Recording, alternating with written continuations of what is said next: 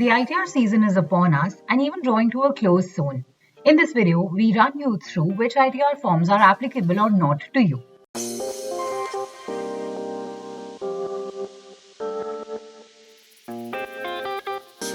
ITR 1 or Sahaj. Who can file? Individuals qualifying as ordinarily resident, having a total income of up to Rs 50 lakh, having income from salaries, one house property, income from other sources, interest, etc., and agricultural income up to Rs 5,000. In case of clubbing of income, an individual can file ITR 1 form if the income of the other person whose income this individual is reporting in his ITR is from the sources as mentioned above.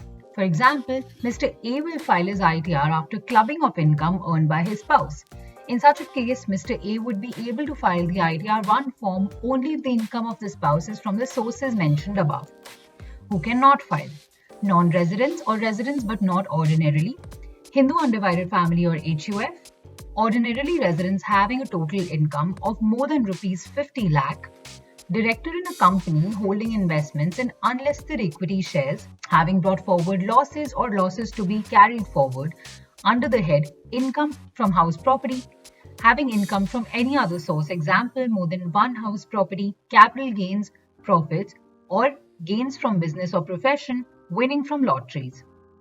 Holding assets outside India, having 2% TDS deducted for cash withdrawal exceeding INR 1 crore reduced to Rs 20 lakh in some cases, having deferred tax deduction payment in respect of perquisite due to ESOPs allotted or transferred by employer being an eligible startup.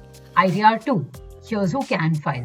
Non-residents or residents but not ordinarily residents and ordinarily residents, Hindu undivided families or HUF, having a total income of more than Rs 50 lakh, director in a company holding investments in unlisted equity shares, having income from the following sources: salaries, more than one house property, capital gains and income from other sources, having income from sources outside India and holding assets outside India. Who cannot file? Individuals or HUF having business income or income from profession. ITR 3. Here's who can file. Individuals or HUF having business income or income from profession and partner of a firm. Who cannot? Persons other than individuals or HUFs having business income or income from profession. ITR 4. Sugam. Here's who can file. Resident individuals or HUF or a firm other than an LLP having total income up to Rs 50 lakh, having business income or income from profession computed on presumptive basis. Here's who cannot file it. Having profits or gains from business or profession which are not computed on a presumptive basis. Other restrictions similar to the ITR 1 form apply too. ITR 5. Here's who can file. Any person except individual or HUF, example firms, LLPs, association of persons AOPs, business trusts and investment funds. Who cannot file. Individual or HUF, any other person required to file ITR Form 7. ITR 6. Who can file. Companies other than those filing ITR 7. Who cannot file. Companies required to file ITR Form 7. And finally, ITR 7. Who can file it.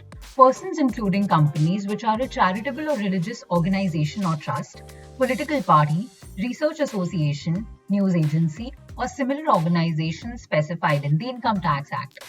Who cannot? Other categories of taxpayers. That brings us to the end of the list of forms which are applicable to several taxpayers.